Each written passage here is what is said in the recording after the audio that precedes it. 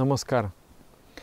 The fifth secret of success is to control our organs. Sensory organs and motor organs, they are called indriyas in Sanskrit. There are 5 gyanendriyas and 5 karmendriyas, or sensory organs and motor organs.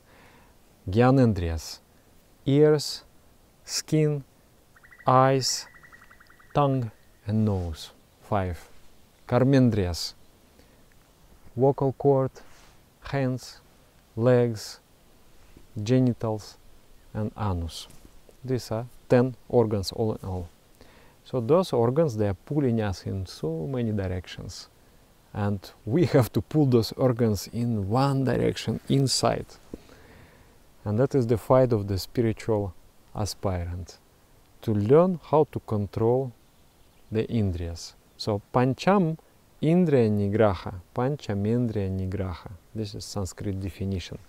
The fifth is to learn how to control the organs. And it is a fierce fight, because all our previous experience is about being hunters and gatherers. You go around in the world looking outside, searching for some objects of sensory gratification. But we have to go inside. Why do we have to go inside? Because inside there is something interesting. There is something precious. I think it has become clear from the previous discussions on the secrets of success that success comes when we manage to control our ego, and when we manage to obtain an access to the infinite spiritual power. The physical strength of a human being is very little. You know, prehistoric humans, they were not like lions, they were not like elephants, and their position was really pathetic. Whatever big animals didn't finish, they have to finish that one. But through the use of their intellect, they have become a dominant species on this planet Earth. Elephant is a great animal with a great physical power, but human being, a tiny human being, with not much but with a little intellectual power developed, can control this mighty elephant, mighty animal. Human being with a little more intellectual power developed can shoot the rockets with the nuclear missiles and basically can turn everything upside down. Very soon we will learn how to terraform the planets and make them able to support human habitations and whatnot with a little intellectual power. Similarly, likewise, spiritual power is stronger than intellectual power. Actually, all intellectual accomplishment, they cannot go just by intellect. To discover something, you cannot be only intellectual. You must be intuitionally developed. First, to get a spark, this might be like that. Then you employ your concentration, you employ your intellect, you think deeply, and then more and more becomes revealed to you. And then by using the previously discovered knowledge, the mathematics, the formulas, you substantiate those discoveries. This is how it happens. Without intuition, nothing happens.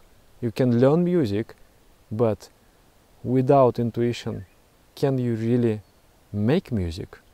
You cannot. It has to come from a deeper source. So it is clear that for the success we must make use of the greater power, especially when everybody around using intellectual power already. So to gain some advantage, you must come in touch with the spiritual power. So spiritual power is in the spirit, and it is deeply within. It is the life of your life, the spark within you, and you can anytime access it you can touch it, but you cannot access it, you cannot touch it. Why? Because mind is moving outside in so many directions, through so many organs. It is going outside, searching for the objects of gratification, of the sensory gratification. You go outside, you connect with the limited objects, your mind starts to vibrate with the limited vibrations of those objects, and the mind becomes restless. That restless mind cannot be at the same wavelengths with the restful consciousness within yourself.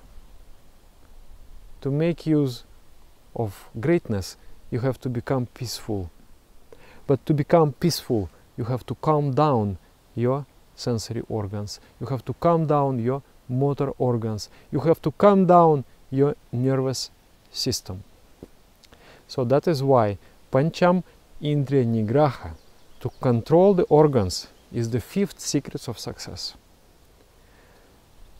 There were many spiritual seekers. They were good at everything, but that fifth they were not good at. And then finally it may lead to the spiritual downfall if you're not developing this ability to restrain the sensory organs. How to restrain the sensory organs is the big skill. One important thing is meditation. Slowly, slowly, by spiritual practices. Actually, you just follow the code of spiritual practice and the code of morality. And slowly, slowly, this ability to restrain yourself will grow. Is already embedded in your routine, it is embedded in your conduct rules, and it is embedded in your spiritual practices. So slowly, slowly it will come. I just want to highlight a few things more. Of course, when you meditate, you develop the ability to restrain yourself. I remember when I started to meditate, it was a fierce fight between my organs and myself. I hear something, I smell something. Oh, if somebody is frying potatoes, it smells delicious.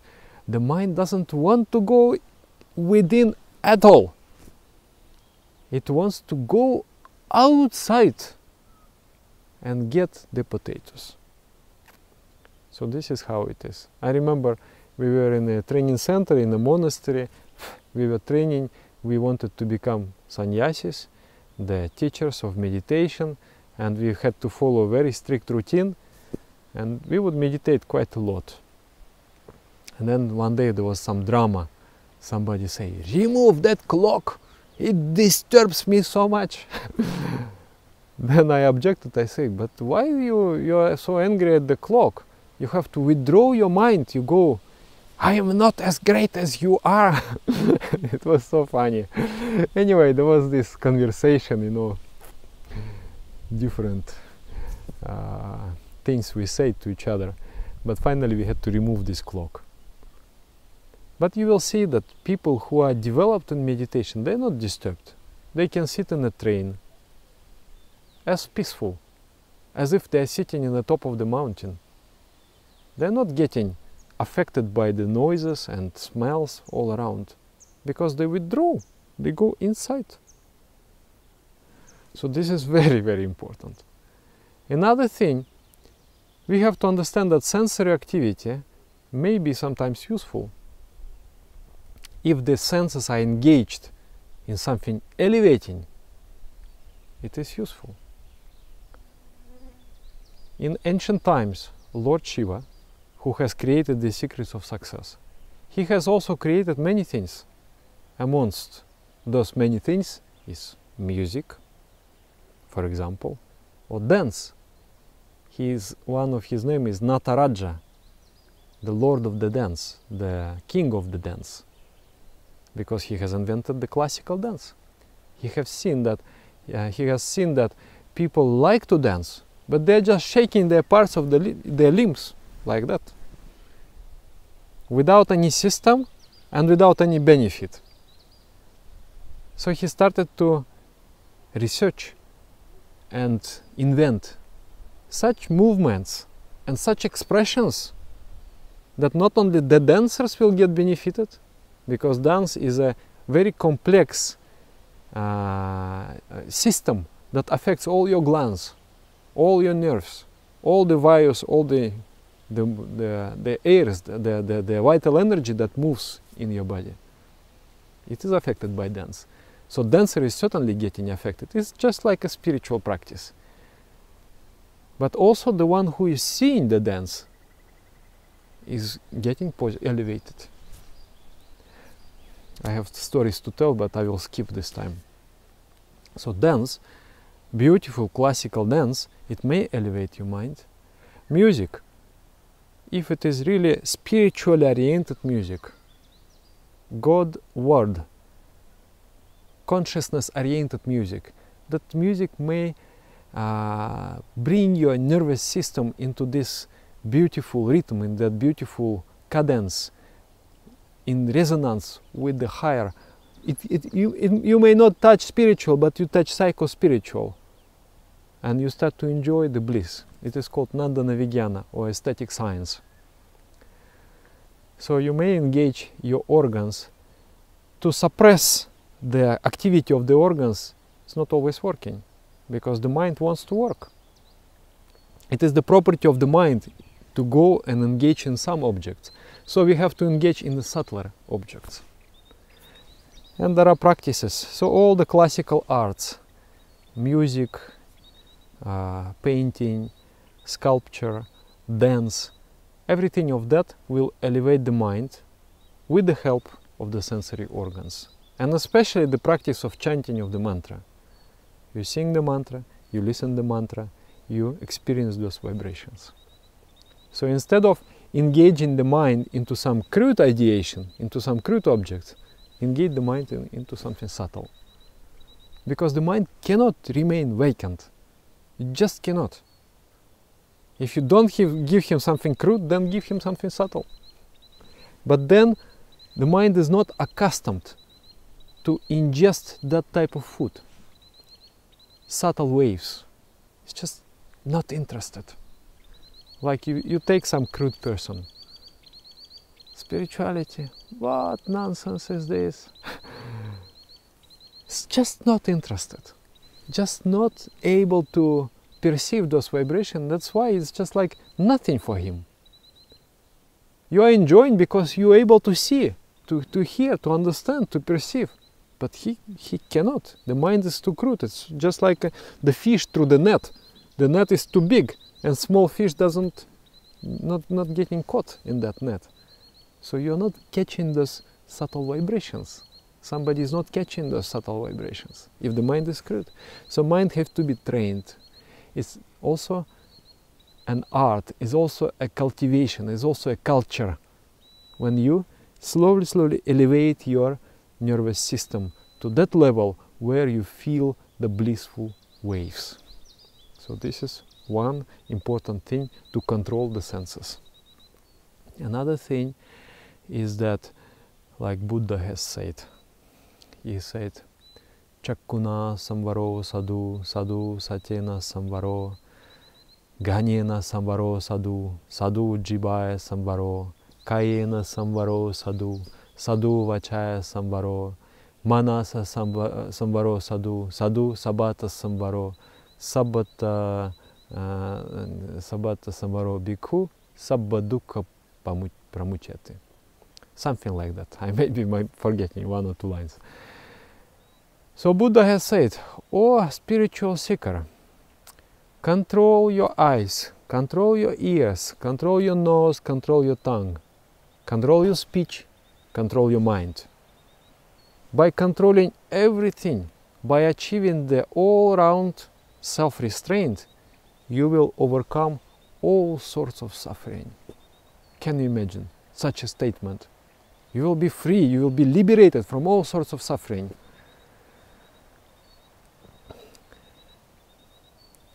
When you see something, your inner voice of the heart your viveka, conscience, will immediately tell you, this is good, this is not good. This I want within my mind, and this is not good to have. But there is a fight. The nervous system of the body is very much, yes, we must have it in the mind. And your conscience, your subtler state, says, no, no, no, no, no, no. This crudeness I don't want. So here you have to develop the strength of the mind and also cleverness. You see something, you know, if I look a little longer, it will excite my nervous system. The hormonal secretions will start, and it will be very difficult to withdraw, very difficult to restrain. So the first second I'm not affected, I just see. There is not yet that process started in my body. So that moment I have to turn away. At that moment only I need the strength of the mind. Turn away and forget. Or engage the mind into some other activity. So like that. If you develop that immediately, switch quickly. Don't allow 1 second, 2 seconds, 3 seconds. If you allow 1, 2, 3 seconds, then you are gone. The glands and the nerves will start to support that movement of the mind. So immediately perceive something, understand this is good, then you take it. This is not good, reject it. So like that. That is the very simple, but it is great wisdom for spiritual seekers and for everybody actually. It is understood that those people who have self-restraint, they are respected in the society. There were these experimentations with the children. Children were offered, let's say, a piece of cake, and you can eat this cake, it is yours, or you may wait. And if you wait, and if you're able to restrain yourself, after 15 minutes you'll get 2. That's a great deal. 2 pieces of cake is better than 1, isn't it? But then very, very few children, they have this ability to restrain.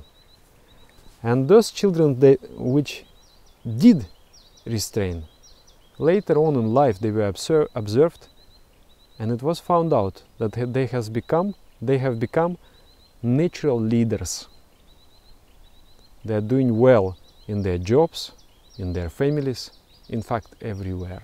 They have good relationships because they can control their senses. The mind is not crazy. The mind is governed with rationality. Of course, those people are successful. So by meditation, by taking a conscious decision, I am not going there. I am not going there. I am going inside, or I am going somewhere else. Also by postponing the pleasure, just like those children. You know, there is a rule. No meditation, no food. Don't break that rule ever.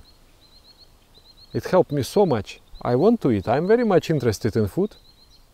Not only in filling my stomach, also in pleasure. I like to eat. But I'm not allowing the reward without the job done. So this is the principle. I will do something, I will earn it, and then I will get it. If you are getting it without earning, then there is no motivation to do anything. Why should I do if I'm getting all the time? So this science, I will only get when I earn it. This is also good. This is also important. So no meditation, no food. Then engaging the mind in kirtan or in aesthetic sphere, in music, in art, or especially in singing the mantra. This is best of best, because you engage your sensory organs into something subtle. You are not suppressing it. You're enjoying. You're getting aesthetical enjoyment, but at the same time you connect with the spiritual idea. This is important. Yes, and through this principle, if only that principle we are able to follow, then it is almost 100% guaranteed that we will not fall from the spiritual path. We will stay on the spiritual path. We will enjoy the spiritual path. We become more and more subtle, more and more successful. We become endowed with more and more spiritual power, with more intuitional power, with more insight, with more creativity. So, Pancham Indriya Nigraha, Pancham Indriya Nigraha. Fifth is ability to restrain the senses, the sensory organ and motor organs, the Indriyas. The next principle will be really important for the success. Next principle is about diet and how it affects our biochemistry, how it produces the body geared for success. So to achieve success, one must also learn how to eat properly, when to eat, how to eat, what to eat and what not to eat, what is conducive for success and what is counterproductive for success. Thank you very much. Namaskar.